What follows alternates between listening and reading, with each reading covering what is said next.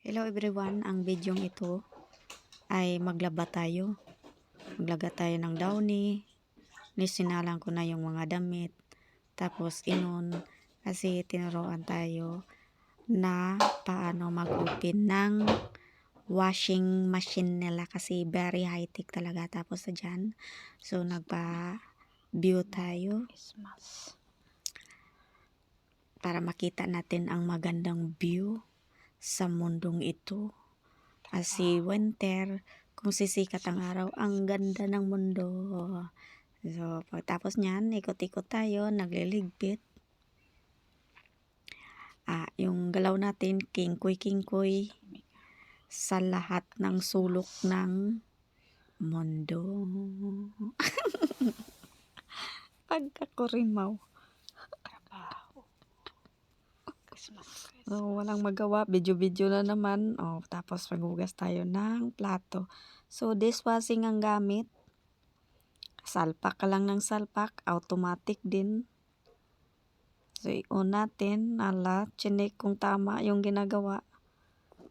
Kung paano mag-on kasi very high-tech talaga. Wala to sa bundok. So, lahat yan, mauna sa high-tech din nila na nakalan. Doon sa atin, sa kabundukan ay kahoy lang at uling ang gagamitin natin. Pero nandito tayo sa kapatagan, kaya very high-tech talaga ang mga gamit nila. Hindi yan pwede sa bukid kasi ubos ang kuryente niyo. Oh my God. So, linisin talaga.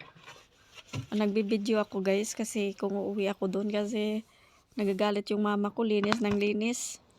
Parang hindi daw na yung sanay sa magtira sa bukid. Syempre may mga experience na tayo kung paano maglinis talaga. Cleanliness is the best policy. Para kay this English man ko rin mga puri agaba.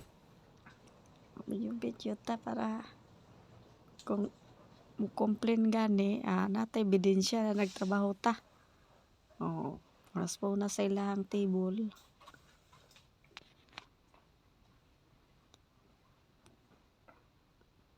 Kay wala pa dira ang mga wala pang tagiya dira kay nag-travel holiday. Wala yung mga pasok ang mga bata. So, ayan, samahan niyo po ako sa pag kingkoy-kingkoy, ligpit ng jacket. Basta winter, patong-patong ang gamit. Damit.